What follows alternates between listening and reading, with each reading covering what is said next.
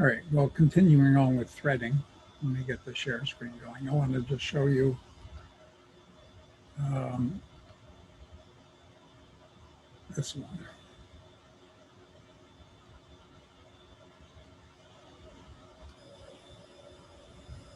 So I just want to show you this with a slower plane. The missiles are chasing my character here.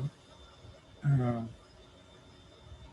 seem to be outrunning them too much. The idea being that if you stay down low, the missiles tend to hit the mountains. And there's a missile. And so the missiles then hit the mountains. So the idea is to stay low and they don't hit you as often. Uh, and the goal, of course, is to go through the big bubble at the top. So I'll quit that one and go back and talk about the job system.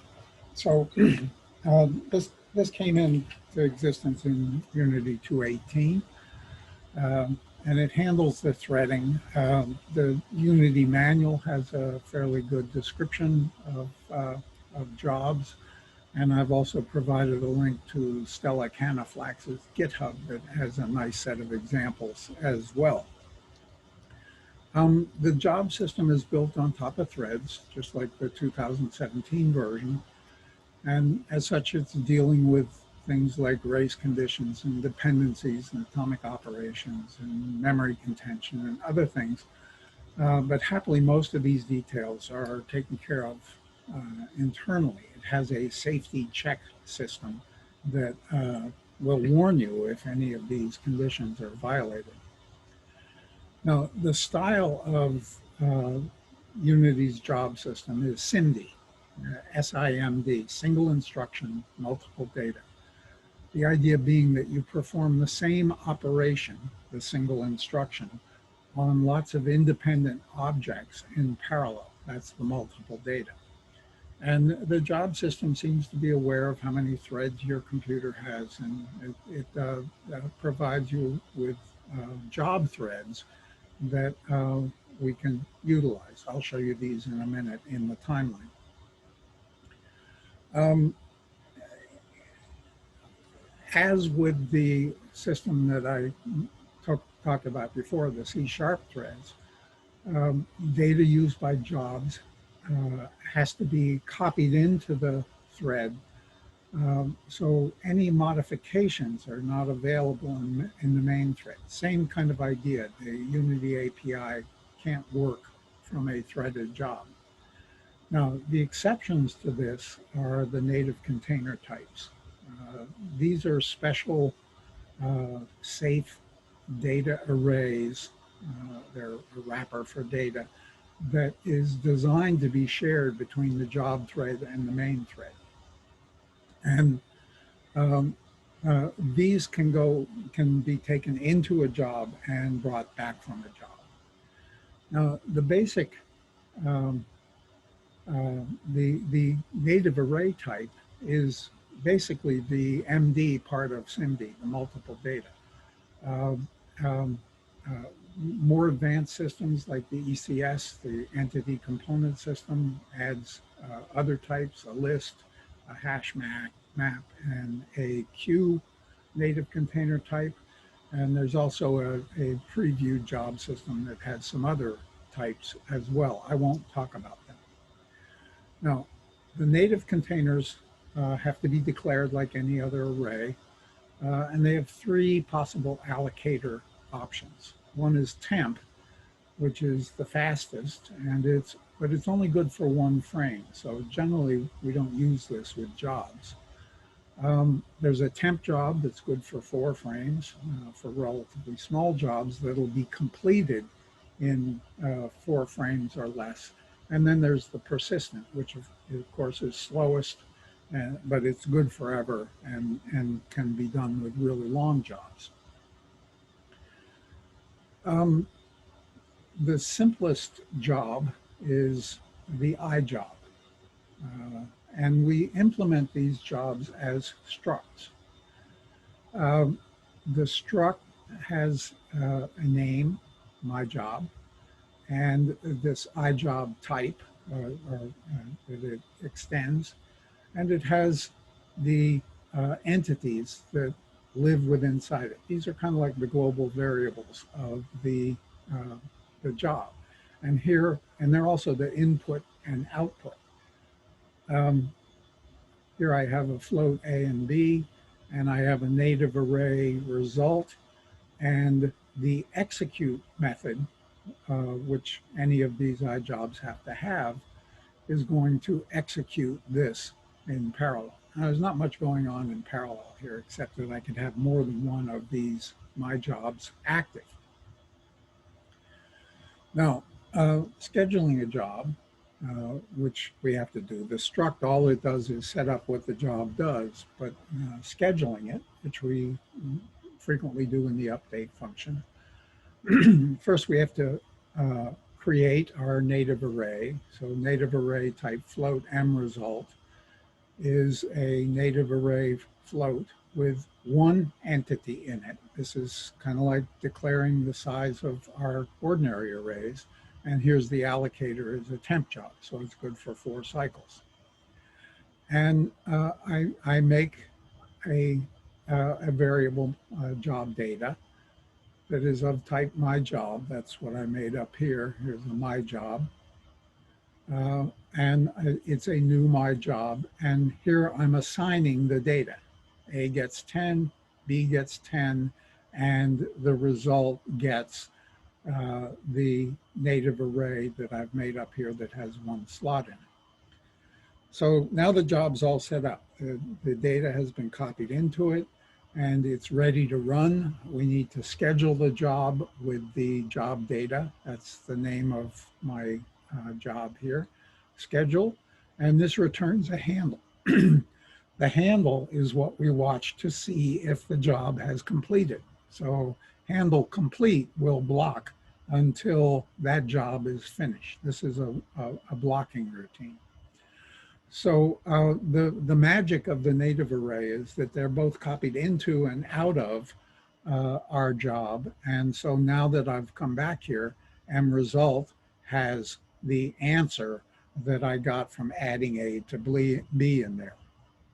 Now, one thing we have to remember to do with these jobs is dispose of the native array. If we don't do this, you end up with memory leaks. It complains with a system error warning kind of thing, and it's not very happy with you if that's the case. Now, another thing we can do is add here a second job. So the add one job is going to take a native array with presumably 1 slot in it, like the last one, and it's going to add a 1 to it. And so now we have a job that depends on that first job, the job data that added the A plus B, and now this add 1 job that needs to have the result from the first job before it can proceed. So in setting this up, we load data into job data, the my job that adds A and B. We schedule it with a handle, and then we set up the add 1 job. I'll call it inc job data, a new add 1 job, and I load its data, and then I schedule the second job. And this time in the scheduling, I'm including what it depends on. So it's going to block here until first handle is completed before it starts the second job, the inc job data. Then we can put in a complete for the second handle that's going to wait until this second handle is done. And then, of course, we can display our result. And as before, I have to dispose of the native array or I'll have memory leaks. So very cool. We can have jobs that kind of chain along from one to another. So you can break up big tasks into logical steps that will then um, uh, depend on each other. Now, the next tool in Jobs is the parallel for loop, iJob parallel for. And so this breaks up an index loop into sections. And it's smart about how to break it up into sections. Uh, each of the sections will run on a separate thread. So if you had a loop that was doing 1,000 things, uh, all of them presumably independent, you could run this with 100 iterations of the loop on each of 10 processors, and that would run faster. So here, kind of a vector version of the A plus B, I have native array A and native array B and native array result.